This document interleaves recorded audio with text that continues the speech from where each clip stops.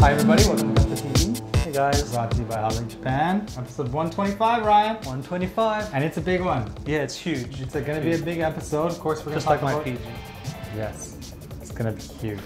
We're going to talk about the 3.0 Gundam, which we threw on the show there last week. Now, I did build a little bit, so I want to actually talk about my experiences as a newbie to the inner frames. Inner frames. MG, your first MG is the newest first MG. MG. That's kind of... yeah, I'm a lucky guy. Maybe, after everything else is downhill. We also have a special guest appearance by another 3.0 very beautifully here. done 3.0. Our fellow worker here, Tanoe-san, he built his, and he deckled it up. So we're going to show that. You'll get close-ups of that. We're going to show the Geara Doga. Talk about that. That's all done. We had hoped to do that last week, and then the camera went kaput. And we're going to talk RG. We have two RGs to talk about, and we're going to go into them in a lot of detail. I have a lot of stuff to show about that. And then we're going to announce the winners of the Facepalm Gundam Caption Contest. So 125 is going to be huge. It's going to be loaded with chock full of goodness. So you got to watch all the way to the end. And we have a new camera, so let's see how that goes. Yeah, so if you can see all the bags under my eyes. Hey, I was up to like 12:30 last night trying to get these RGs done, all right? Trooper. Okay. Absolute trooper. Take one for the team. So we're starting with... I got 99 problems. We are going to start talking about the 3.0. Okay, awesome. So I'm going to bring on the special guest, the 3.0. And let me get set up with my guy. Sure. So the RX-78-2 version 3.0. Now, there's been a lot of talk about this, a lot of discussion. Is it just an upscaled RG? Is it a new MG? Is it the MG 2.0? You know, where does it fit in? What do you compare it with? And it's kind of difficult to say that simply because it's the first of its kind, I guess, with the 3.0. Sure, it shares a lot of elements that the 2.0 kit has. Specifically, the torso is very much so like the 2.0, as well as the skirt. The skirt frame is the same as the 2.0, but you have different armor for it. It's meant to take the core fighter, of course. And I will open up this door just to show you here. So the core fighter does fit inside there, and this is the 2.0 core fighter. They didn't redo the core fighter for the 3.0. This is the 2.0 core fighter. It fits in the same way, but because this can take an LED, if you wish to put the LED in there, you'll pop off this collar here, and I'm going very slowly because this isn't mine. You will put the LED in there, but with the core fighter in, there's no room. So Bandai does give you that extra core block that you can stick in there instead. And I think that's a fair trade-off, to be honest.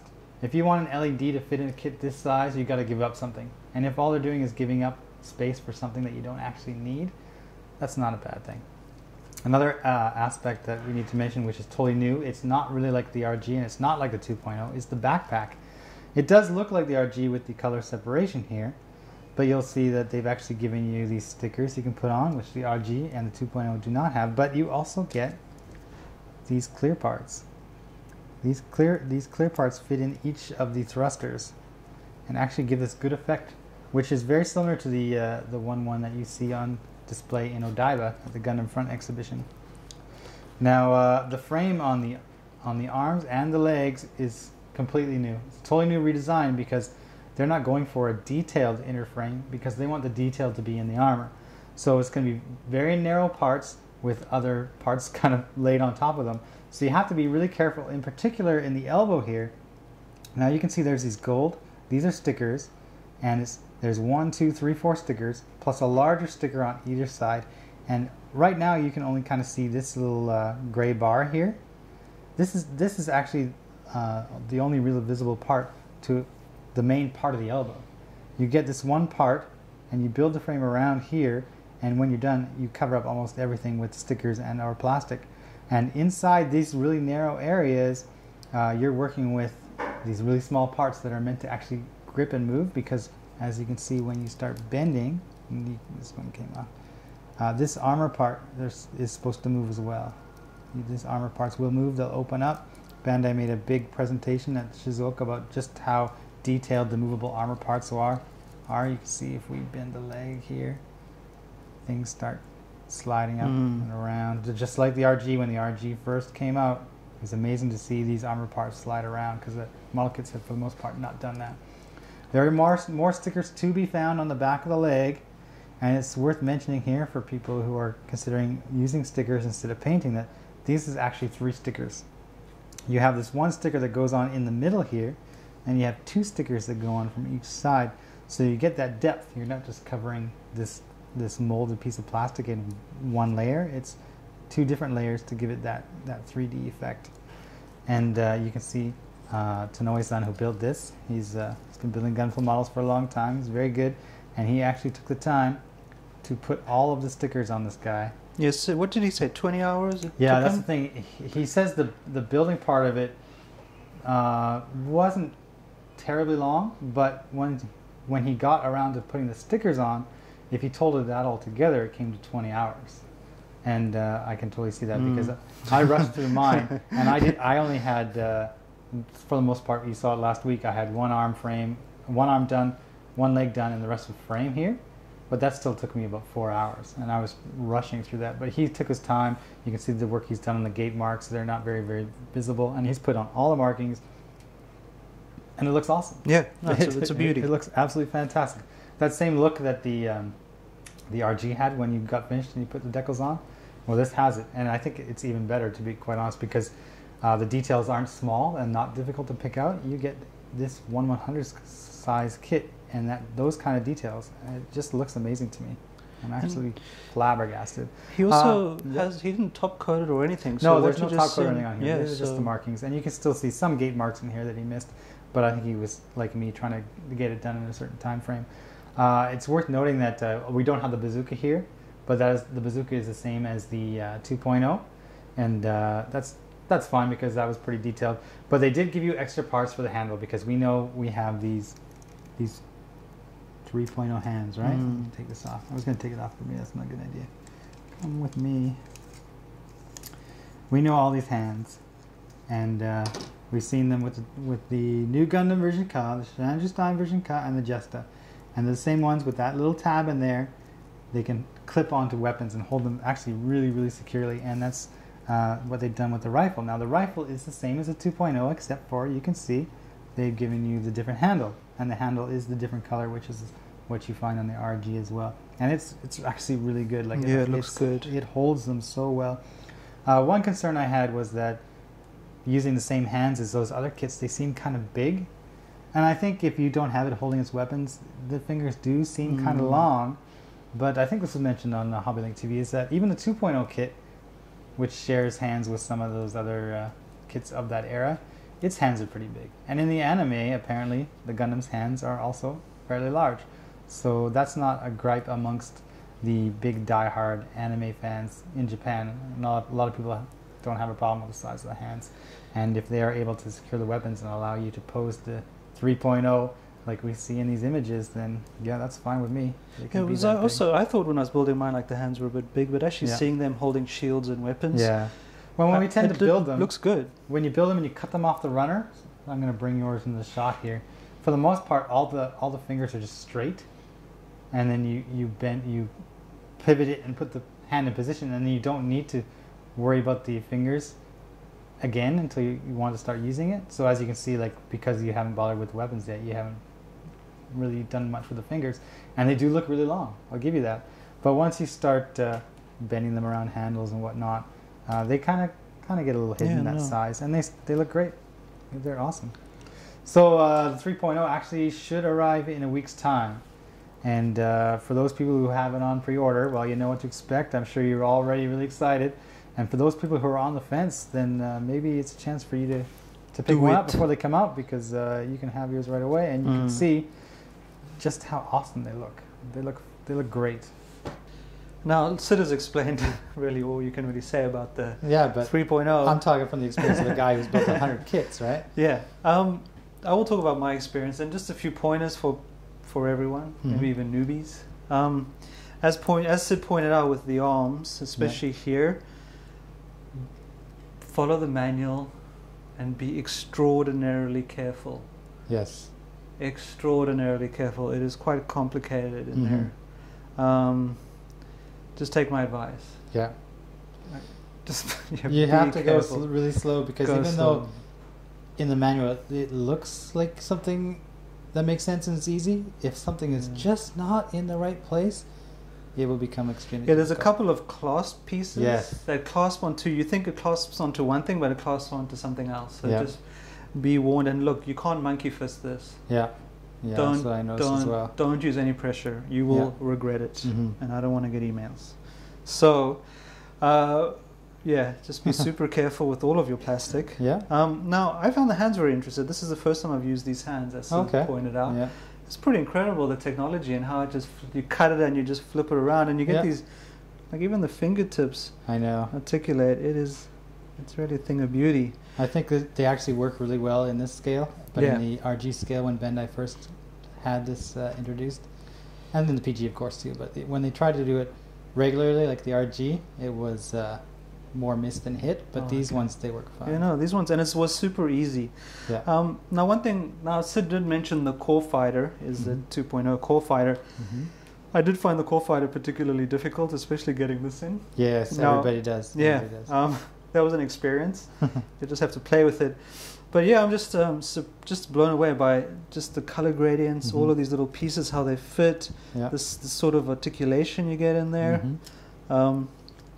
So yeah, I'm actually having fun with this guy, but from my limited experience, be super careful. Okay, well I have some good news for you, Ryan. The elbow is probably the most difficult part of this kit. Oh, awesome. So it should be smooth sailing for you from here on out. I hope so. Yeah, you should be good. No monkey fisting with this kit. Yeah, absolutely. You gotta be a skilled builder. Yeah, you gotta really do not monkey fist. Yeah, yeah, that's good. You know, a lot of people. I'm glad you're building this, Ryan, because a lot of people they've been commenting like, I haven't built an MG yet, but I'm gonna buy this one, and you're able to actually like relate and show them as someone who hasn't built an MG kit, just kind of what they're getting themselves into. Yeah. So I think you're in many ways allaying a lot of fears that some people might have that maybe they've bitten off more than they can chew. No, you just the manual.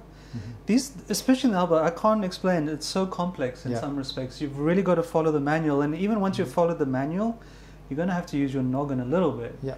But you'll figure it out. True. You know? And we don't even know that this photocopied booklet that we have with the sample kit is the real manual. Bandai might change something. If there's an area that they think is difficult, they might actually be changing the manual before the release. So. And one thing the fun about modeling is sometimes I think you get this in every kit. A part, like you follow the manual and it's not making sense, but you spend an hour fiddling and then you find it and you're like, wow, I did it. Eureka. You know, it's so much more rewarding. Yeah. So a little bit of problems for me is par for the course and something that makes the experience more enjoyable. Yeah. So you don't be scared. Don't be scared by what I'm saying. As long as you take your time, and like what Tanoya-san did, like 20 hours, really take your time with the stickers, you know, cutting it off the runners, you know, pay attention to those details. I did rush a bit to get it on the show, even though I just got half. But yeah, just take your time and enjoy the experience. It looks good though. Yeah, I'm having fun. Now, Ryan, it looks good so far. Yes. Yeah, you got it all half done here, but it's kind of weird not weird, but it's interesting that you're joining the master grade line of kits at this particular point in time, because the 3.0 actually changes the dynamic somewhat of how a master grade kit is. You know, like before now, Bandai made a point of making this really detailed mechanical frame and putting armored parts on top of it. But now they're working in the reverse. They're making this really detailed armor. They're doing different colors, and the frame is secondary, which means there's a lot of very tight spaces to work with. There's a lot of complexity. Would I be wrong in saying it's become more complex? I think certain areas of this kit are a lot more complex than some master grade kits I've built. Now, also, people must keep in mind, I've been very spoiled. Yes. I mean, I've only built the cream most of the time. I recommend for anyone who's totally into MGs to build this kit as an experience. Like, as Syd said, you know, maybe they figure things out better in the future, but this is kind of the future, and it's amazing. Like, I mean, it's the beginning of an era. In some ways. The engineering is nuts, and the way you put it in, like the individual movement on each pieces on the frame is just crazy. And I've built PGs before I did this, so I'm totally spoiled with PGs. But if you want a highly posable figure that's very reasonably priced, and will take you a bit of time to make it perfect, do it.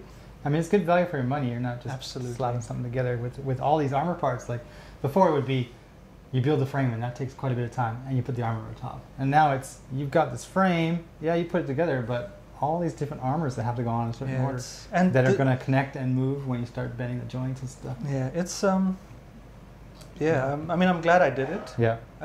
As people know, it's tough for me with small pieces. Yeah. But the complexity. Yeah. Yeah, and I mean, you'll see the one that Tanoe-san did. Yeah, like, you know, once you've done it up, it's beautiful. Yeah, once you get all the markings on it and you start seeing that color separation and the detail, like we have with Tanoe-san's here, it looks amazing. You can't deny it. And the one thing, you know, I will be the first to say, when they announced the 3.0, I wasn't too excited about it because I felt that it was just an upscaled RG. And I like the RG line. I don't want it to see it infringed upon in any way. Because, hey, if Bandai can make things that look this good in 1/100 scale, then they don't need a real grade. Well, I don't know if that's Bandai's future plan or not, but just having something this size that looks this good, it just feels completely different than the RG. Like the RG, the 1/144 scale, so many small parts, you can't seem to do too much with it. Like for personally, I like to pose, I like to play with it, but I'm always in the back of my mind, I have to be very careful with what I have here. With the 3.0, other than a couple areas maybe in the elbow, which were pretty difficult. Like, it just feels solid. You feel you can move around, you can play around, you can pose it in all those pictures that you see, or the poses that you see in the pictures in the anime. And it. Would I be wrong in saying, like, it's all about price point? You know, like, it's a good like RGs are what, 2,000 yen? 2,500. These are like 5,000 yen. Yeah, or the less. PGs are like go up to 10,000 yen. Like, it really depends on what you can afford. Would I be wrong in saying that? Yeah. But then again, like, I would recommend building them more because from what you've told me about RG, and then the MG, and then the PG, like, I feel like the MG building experience is completely different from a PG. Yeah, absolutely. It is. The complexity is crazy. Yeah, it does look good. Yeah, and it looks good. If Bandai can take what they've done with the 3.0 RX-78-2 and then maybe put it into a Zaku 2 3.0 and those types of kits, then we're going to end up with these size kits that we're familiar with that just looks so much better. Yeah. Like in order to get the kind of these colors before, you'd have to paint it or customize it yourself. Now we're just sticking on these stickers, and it's like your own awesome action figure for 5,000 yen. Seriously, it was. I think if you buy the toys, the action toys, they're up like 8,000, 9,000 yen. Some can get pretty high. Yeah, some are crazy expensive. So fixed figuration and also you have the experience of putting it together. So. Yeah. But anyway, what should we? What's next, Sid? Okay, let's talk Geara Doga actually. Geara It's Doga. the master grade before this master grade kind of thing. Let's bring that out and we'll talk about that, which of course is completely different than this thing. So as you can see, Ryan, the Geara Doga is quite sizable. He's quite a big boy. Yeah, no, and I'm very impressed by him. Yeah, I really like the design and the size. Don't you think so? I think it looks awesome actually, considering it's kind of like the Marasai, kind of like a Zaku, but he's a big bad boy.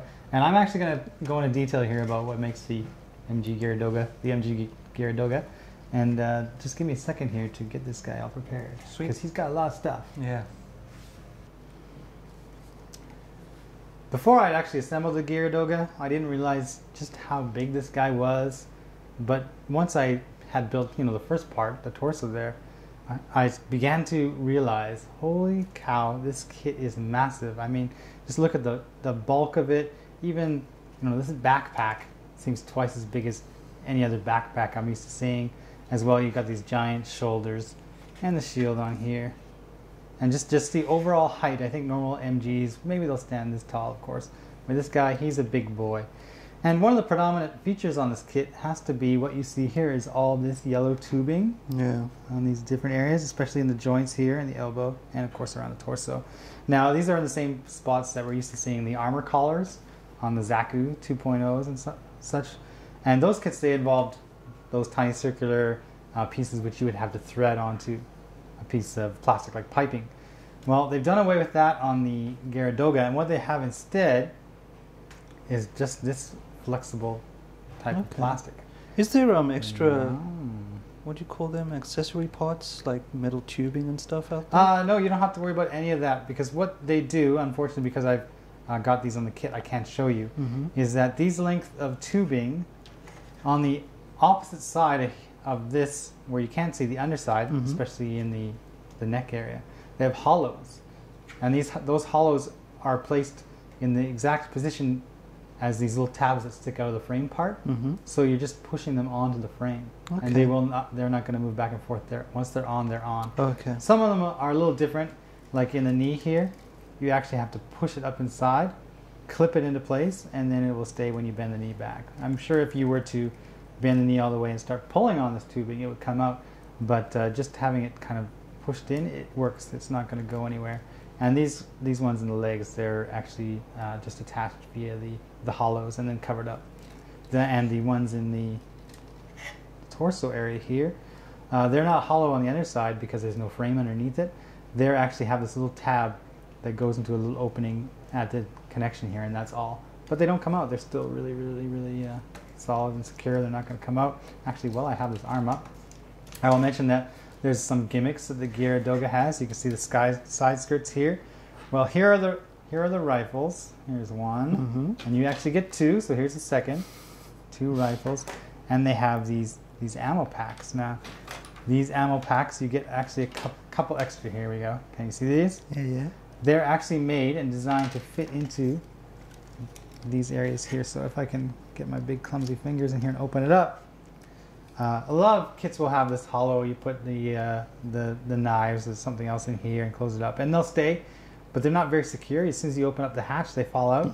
These ones are actually designed in such a way that there's these little tabs inside there.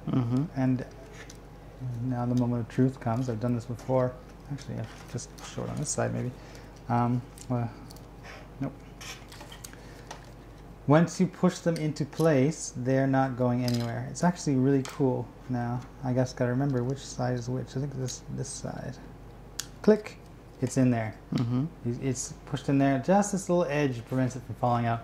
And once you go like this, like, it's still gonna stay. So you don't have to worry about something clanking around in there, falling out at the worst time when you're trying to play with your kit. I know all about that. And I showed the 2 rifles already. Yeah. But I should mention that this guy comes with a lot of stuff. He's loaded. You know, you can see I have this beam axe here. I have an additional handle, and I also have more effect parts. 1, 2, and they're not the same. They're not just, you know, repetitions. They're actually different shapes and sizes, so you can have like different types of weapons, which is really cool. As well, you get the extra head if you want to make him, I guess, the commander type. He has the fin. You just pop this top off, pop this on, and you're good to go. Speaking of popping stuff off here, let's see if I can do this. I'll take off this part. This guy, as many people know, I should have mentioned at the beginning, this guy takes an LED. And it's a little tricky to get it out, but once you do, it's no problem. So I have this here, and you can see the LED will actually click in there, and you can turn it on, put it back in, and there's the hollow. You can see the little pilot figure in there. It's kind of cool. See his little home. Drops back on now. And it's worth noting that this guy's head isn't going to turn very far because of that tubing. But he doesn't need to because he's a big brute. We'll just turn his whole self around. The shield. Now, we know this guy's big. Yeah, this shield is huge. Shield is huge. Look at this thing. I've got to say one thing though. Yes? Having your RPGs at the back of your shield, maybe not the smartest idea. Let me store these dangerous explosives on the back of this device designed to protect myself from dangerous explosives. Maybe not. No, but it looks cool though. It does. It only plugs in here. Like a lot of kits, they'll have like a special adapter or something that you clamp on and clips around the armor to secure it. This one you just plug in like you do with some of the smaller kits, but it's really secure. You can start to bend him around and get these kind of poses. And because it's so solid, you don't have to worry about the limbs drooping. They will eventually come down just because this thing is so heavy, but it still holds up pretty well given the size of this guy. And you do get the same hands that we saw on the Marasai, which have this movable fingers here. And these are great, so if you want to get this kind of splayed out look, you're not going to be able to get a proper fist, but that's why they give you these other extra hands. You can see there's extra hand parts here. These will allow you, like this part here, to get the fist that you want to actually hold the weapon or just hold the gun. This is worth mentioning here. Do you see these grooves in the hand part here? Yep. Yep, those fit perfectly into the grooves on the handle of the gun. So you can actually secure these in place. Let's see here. Click this in, and yeah, it's good. He's going to hold this gun without a problem. It's not going to come off. which is welcome because this is a big gun. It's going to be pretty heavy. But other than that, I mean, this guy is awesome. So the Geara Doga, Ryan, I guess it could be an end of an era. I'm just saying that because well, no, I'm just being facetious here. But if you think that from now on Bandai does everything MG like the 3.0, then this might be one of the last ones that has that really cool detailed inner frame. This could be a very cool, like if you had like 3 or 4 shades of the green, it could be a very the cool thing about the overall shape of the Geara Doga is that it lends itself well to different color schemes. You could do it in metallics, you could do it in camo, you can do it just dirty it up, and he would look awesome either way. It's actually one of the most fun MG kits I've built in that's high praise. Quite a bit of time actually. I like my big bulky suits that feel like I can bounce them off the table and they're gonna be fine. The parts are big, I don't have to worry about things breaking. And this guy, he fits that mold pretty well. Now, but now we're special. What's next? Well, there's something exciting here. Well, I'm busy extolling the praises of this big, bulky, heavy-duty, able-to-survive kit. I'm now going to switch tracks completely differently. Flip-flop. And I'm going to go over the RG, and we're going to talk about some really tiny kits with some very small parts that you have to be very careful with. And I'm going to just bring those on the show right now, and we'll talk about just exactly how the RG GP01s, Zephyranthes, and Full-Burnern, just how they do. Yep. All right. So here they are. We're a week late in showing these because they arrived a day later than we expected, and our camera broke the day we needed it. Yep. But you can see, well, of course, the box art looks awesome. And now they're coming at the same time. We have the Zephyranthes and the Full-Burnern, and they're actually listed as kit number 12 and 13. But people are thinking, well, like the Mark II, they're the same. They're kind of the same kit, right? Except that maybe it's a little bit different. No, they're almost completely different. In fact, that they only share one runner in common. There's. Let me just open these babies up here. Pop this baby out. Now, of course, they're going to share that frame runner. We all know the real grade frame runner. It's worth noting that this part here in the center, which is for the torso on every other real grade we build, you don't use it in this assembly. It's not needed. You're going to have an extra one on the runner when you're done. Now the runner that they have in common is actually the A runner. This is the A runner, and they are the same between both kits. You don't have to worry about mixing them up if you're building both because they are the same. Now this kit has the parts for the shield, as well as most parts for the head. You can see it's got the yellow, what do you call these things, Vulcans. It also has what you need for the weapons, and as well as little accessories for your core fighters, which we're going to talk about a little sooner. So that's common between both of them. But runners that even kind of look common, like here's the G runner for the Zephyranthes, and I have the G runner for the Full-Burnern here as well. Even though these are kind of similar, if you look at, the top is similar in some ways, right? But then you see the bottom. This is all Full-Burnern down here. This one here is what you need for these Zephyranthes. They are completely different for the most part. And I was discovering this as I went through all the armor runners, as I went through the frame part runners. You'll see it when you go through the box, is that they don't share a lot of parts in common. Sure, there's parts of an assembly, like maybe some armor or something on the leg somewhere, like the kneecap. But for the most part, these are two completely different kits. And I was actually quite surprised because Bandai made the point of making two completely different kits but releasing them at the same time, which is they haven't done before with the real grade.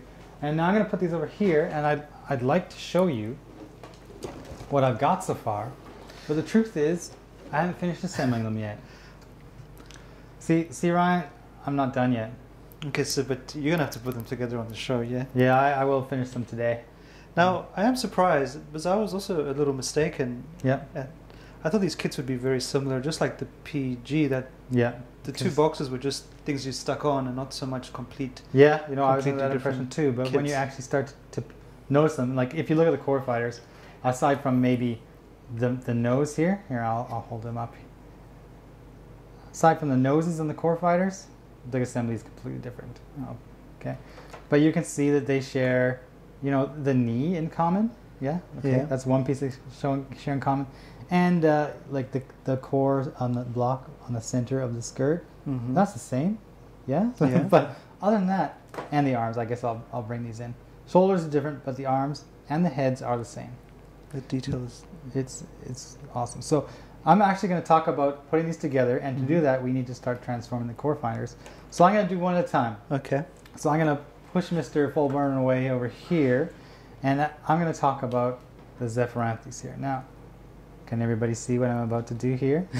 I could just drop this on. Yeah? Yeah. No? No? Okay. Actually, it's funny you should mention that, because when I did the PG, Yeah. I didn't have the core fighter, and I'm like, this ain't working. Yeah, I'm just sitting on there, and I look like a deformed midget. But what we're going to do is actually transform the core fighter, stick it in there, and then we'll put this on. So here's my core fighter. Now, the assembly for the core fighter involves having to move these little wings out of the way here, and actually you have to flip one side down and then the other side, and for some reason the manual is very specific that you need to flip the left side down first. Okay. And then you can bend this here. Oh, don't forget to open this flap. This is pretty important. Let me open this up here. Open up that flap. Flip this down. Now, before I bend it in half, you can see these little openings here. Yep. Yeah. These become very important because these little openings are actually going to clip onto these two little tabs. So similar to the PG. It's It scary. is, and the fact that they can make it work in this size. Yeah, it's. Yeah. My core fighter was huge compared to that guy. And I must admit, I was a little worried when I started doing this because the only other experience I had with a transforming kit this size in this scale was the Zeta, which was good but had some really tricky issues and some areas you need to pay attention to. But this actually went together pretty well. Like, you get that on there, bloop. You see I've got, for the most part, the torso.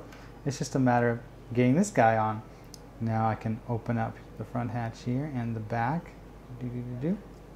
Now, there are these two tabs here. This part is trickier. There's these two tiny, tiny tabs right here. They have to go into, if I can open this up here. Forgot to open it up before I flipped it. There, I open up this little door. There's these little openings. That's where these little tabs have to go. And it's not always that easy. The manual has you drop it in this way first and get it nice and secure. It's actually, before I do that, I'll mention that the manual says that I should pop off these white parts, take the yellow parts on, flip them around, plug them back in, and put the white parts on. But we're going to skip that part for this episode because I don't think that's too important right now. Now, I'll drop this on as best I can. Actually, it's went on fairly easy. Close the front, close the back, loop, like that. And there is the Zephyranthes. Looks pretty solid, looks pretty good. I'm loving the detail. Check out the antenna, it can actually move. Hold on, that's cool. So now I'll put this guy to the side now. And we'll bring can I ask you one favor? Yeah. Can you put him next to the PG? He's his brother. You're zoomed in, so you're going to see the kneecap, right? Zoom out. But I must say, the detail in the RG is almost exact. If you look at all these little panel lines here, you're pulling out, so you probably can't see them. This is done, in 2013 with Bandai's new technology in their molding. If you look at your PG, which is now, 12 years old or so, you don't see any of those kind of details. No. Any of those lines anywhere on this leg. Yeah, and I actually don't mind this often the big bulky look without any kind of panel lines because it looks like those pieces are just enormous and they're meant to be just this one solid piece that you need a machine to clamp on.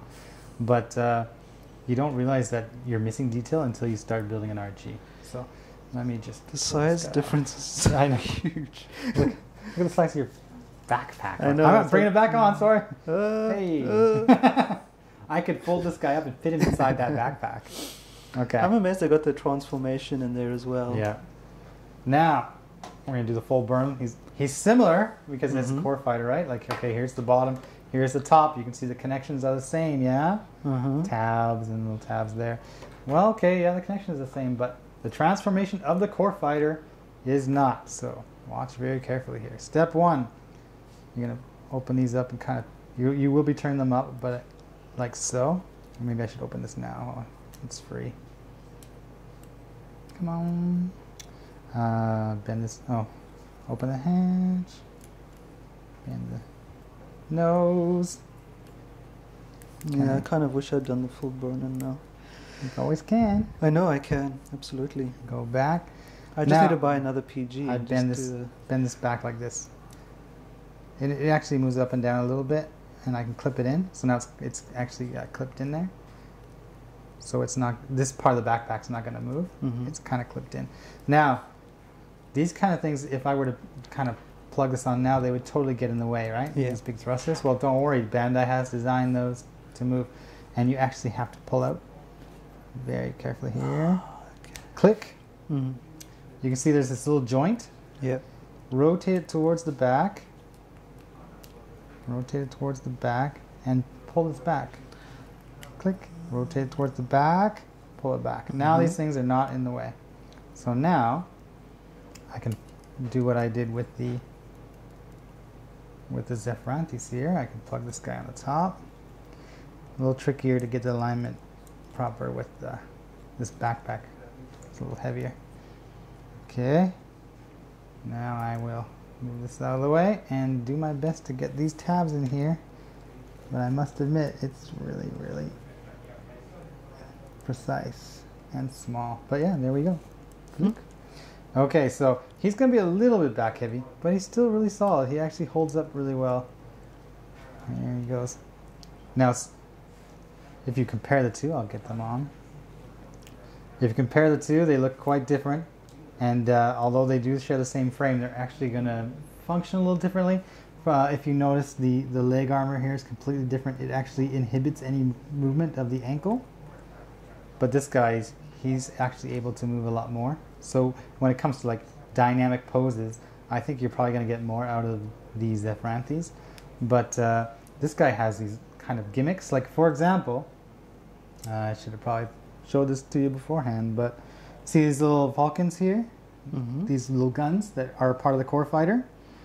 They actually pull forward. There's a little tab or switch underneath, and you can pull these forward, and you can pop out these little tiny yellow parts, and you'll have those Falcons sticking nipples right out. Yes, quadruple nipples on the Full-Burnern. As well, if you look at the shoulder here, you can see these little areas, little things here. You're not going to find these on these Zephyranthes, but by pulling on this little tab here, they actually come out and they actually can open up. Like you can split them. Now my hands are too big and clumsy to actually make that happen. Oh, there we go. See it's heading in different directions here. Kind of. Yeah, it's really tough actually. I was like, oh wow, that's kind of cool. Would I ever use it? But yeah, just adding something like that to something this size, yeah, props to Bandai. So here we are, Ryan. I will pose these next to each other, looking like they're badass cells, and let the camera take in the RG GP01 glory.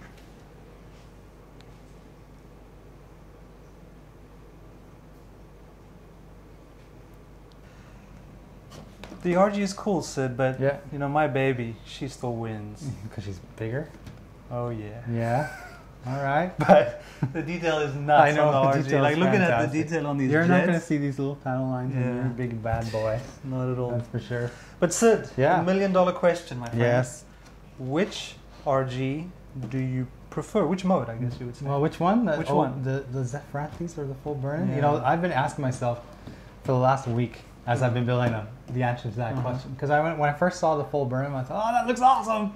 And then when I was at the Shizuoka Hobby Show, I saw the Zephyranthes, and I was like, oh my god, that looks great too. And I was building them. They each have these different characteristics. Like I mentioned, they're completely different kits. But there's certain things I like about each of them. Like I love the shoulder gimmick on the Full-Burnern. I love the how the core fighter transforms. It's so solid, and I think it just looks so menacing. But the Zephyranthes is more posable. It's more fun to play with. It can you know get these action poses that the other ones can't. It seems like more streamlined. If I had to choose one, I would go with the Full-Burnern, just because it's a little bit different of a build. There's maybe a little bit more to it, especially with when you start popping up those thrusters. But you can't go wrong either way. That's the thing. Like they're both absolutely fantastic kits. Yeah, and that's the thing with my PG is you get both modes. That's why you get two boxes. Yeah. And I'm kind of sad I didn't do the Full-Burnern. Yeah. Because you know, looking at the manual and the extra pieces and parts, it does become a hell of a lot more chunky kit than in the Zephyranthes. I think Bandai made an excellent move by releasing them at the same time. Yeah, no, I mean, it's not part swapping. They are completely different kits, but you can choose which one you want. If there's one version of the GP01 that you like, you can build it. And for those people who like both, you get to build both, and it's still not terribly expensive. Yeah, get both. And your shipping will be cheaper. And they're awesome. Like they are awesome. And I used to think that the RGs, the Mark IIs, the Titans and the AUG were the best models I've ever made. But I think the GP01s are probably the best models I've ever made. That's it. That's a stamp of approval. Right there. That dropped that stunner on you guys at the end of the show. Let's put these away because we have one more piece of business to attend to. Yes, we do. We have some prizes to give away for a contest we had running. So let's get all this stuff out of the way and be prepared to read out some names and make some people some happy campers. All right, Ryan, I have the list right here. Yes. 10 lucky names, but not lucky because they had to come up with some wooden they had skill with the words. So there you go. 10 wordsmiths have won some prizes. Now, before I read off the winners, why don't you explain how these prizes are going to work? Okay. Now, as everyone knows, you're getting a 10% coupon from HLJ. Yeah. But basically, that gives you 10% off on products you purchase from us. Yeah. It doesn't include shipping. And one thing is, once you apply your coupon code in the checkout process in the final page, you can't go back. You actually have to check out at that point. Yeah. If you think you made a mistake and hit the back button, you're doomed. Sorry, it's just the way it works. So be sure that once you put in the code, get your calculator out, work out the 10%, and then apply it, and then make sure you check out, and you will get 10% off, which is pretty sweet. Actually, it's a good prize for just coming up with something like a caption. Now, Sid, hit us. It was tough. We had lots of entries. We let people enter multiple times. So some people were just posting everything they could think of. Some of them are awesome. Some of them are not so awesome. Some of them are totally Gundam related. Some of them are like everyday life related, and some of them are related to things that I don't even know about. So it was tough to pick some winners when you don't really know a lot of the references. But there's more than enough to choose from. So Gunpla guy, what's his name here? The caption dude. He's ready. He's our mascot, and he's gonna watch as I read these out. So the first one, I'm just gonna go by the names on HobbyLink TV. Yeah, this is your username on HobbyLink TV. That's right. So JLara96, he wrote, finished painting the 1144th Wing Gundam. Bandai announces the HG version, and that's true. It did happen because previously, if you wanted the Wing Gundam, you had to build the kind of like the 1/144 scale version, which wasn't the new HG. Okay. And now the new HG has just been announced. So. Totally Gundam related. Totally Gundam related. Okay, Silent Eagle 3, or else Silent Eagle with a 3 for the last E, whichever one it is. It says, buys perfect grade, comes with stickers. Hey, the stickers make it easier. For sure. I laugh because it's true. Like I just made the perfect grade red ashtray, which is beautiful and has these very specific markings. And they're stickers. I was even surprised. I was like, oh, these should be water slides. Anyway, it's a great... Nowadays with the new MGs, the big releases, you get the water slides. So it's kind of funny. Gundam Intel 24/7. Use Scotch tape to hold a dry transfer decal. Realized you taped the wrong side down. I have done that on multiple occasions. What happens... I don't know if you used the dry transfers or not. No, I haven't. This one. You used these stickers, but the dry transfers, like if it's a word, you can easily tell the top and the bottom. So you put the tape over the top, put it on your model kit, rub it into place. But if you get like symbols with no words and no reference to which side is which, like you don't know which direction the thing is going, there's a very real possibility, if perhaps you drop it, that you put the tape on the wrong side and you're rubbing that transfer trying to get on the model and it's just on the tape.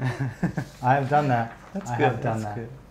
Okay, Power GM says glue seam line closed, forgot polycaps. Yes, I've done that too. I done that with the plane, but not with the polycab. Like a whole lot of important pieces. That say you're making a leg and you want to paint it, and you glue the seams together and sand it down, and then you realize that you're not going to be able to stick it on your model because it's got no polycaps. And you're getting in there with your knives. Okay, Tasty Citrus. I like citrus. Right? Says test fitting a piece. Click. Piece stuck forever. True. I just got to get this in the spot. Bloop. Oh, that's not coming out without a knife or a drill. Memories. Tetsujin says, make a decaling tutorial video. Top comment, you said decal wrong. This is the truest thing anybody has ever written. Yeah, so I use the word decal, and everybody else in this building apparently uses decal. Now, maybe I think I can attribute to the fact that growing up, I was probably the only guy around that cared about these kind of things. So all my information came from a book. Nobody was saying the word decal to me as a child. So I would read it and I would pronounce it, and as a child I would try to pronounce it, and that's just how I referred to it in my head. And then when I came to speak it, that's how it comes out. Nobody corrects me, who cares? So now I come on TV and on the internet. But we say the same thing. Yeah, that's a weird thing. I didn't use the book. Well, actually, I listened to Syd. You assimilated, see? I listened to Syd. Catchy. Yeah. And you know, some people make a comment about it, but it's interesting to note that in Japanese, that they don't have the word for decal. They use katakana, and the katakana is de, not like some people say decal, but it's de. Decal in Japanese. So if you say decal, Japanese people will understand what you're talking about. So absolutely. I say decal. So yeah, but I remember that episode. It was a few episodes. Everybody got on me about that. Yeah, I think weird. One guy called me a Brit. Yeah, you bloody crazy Brit. And I'm like, I'm a Canadian in Japan. It's like, I'm not a Brit. Okay. Okay, what's next? Okay, Bloodnut38. Film most of next Gunpla TV episode. Camera breaks, loses all footage. Yes, that one hit a little too close to home. And if you notice, the photo I put up on the Gunpla TV group had a Facepalm Gundam behind the camera. That's right. So yeah. There you go. Okay, Gunpla Mez. Oh no, sorry, GN. We'll go GN. Okay. I'm going over here. GN says, spend hours painting a piece, find out it's not used on the model. Yeah. So what happens? Well, if you do that, like hidden away inside somewhere. Yeah. Well, you're going to start doing that Mac thing, and you said that you're going to paint on the runner. So if you were doing a Gundam, you'd take the runner and you just paint the runner. But there are pieces in some models that are not used in the assembly, and they'll have an X through them. Like maybe this runner was for use on a variety of kits, but it doesn't use this piece in this model. So you would paint the thing, and then maybe you trim it off and correct the nubs, and then paint it again to make sure there's no nub marks, and then you go to assemble, and oh, it's not in there. It's not used at all. And for people who are like trying to do all the panel lines and stuff like that, yeah, I can also relate to that. Yeah. Okay, Gunpla Mez. He says, as a Wyndham inspired the Facepalm Gundam Caption Contest, he can't win with his best caption. And I laughed, and then I realized, wait a minute, that is entirely true. Like the whole reason we're doing this is because that guy made that comment, and I laughed and laughed. And I thought, okay, I'm going to reverse course on this. So our final winner, number 10, is going to be as a Wyndham with his caption. Buys MG RX-78-2 version 2.0, version 3 announced. Perfect. There you go. So there's our 10 winners.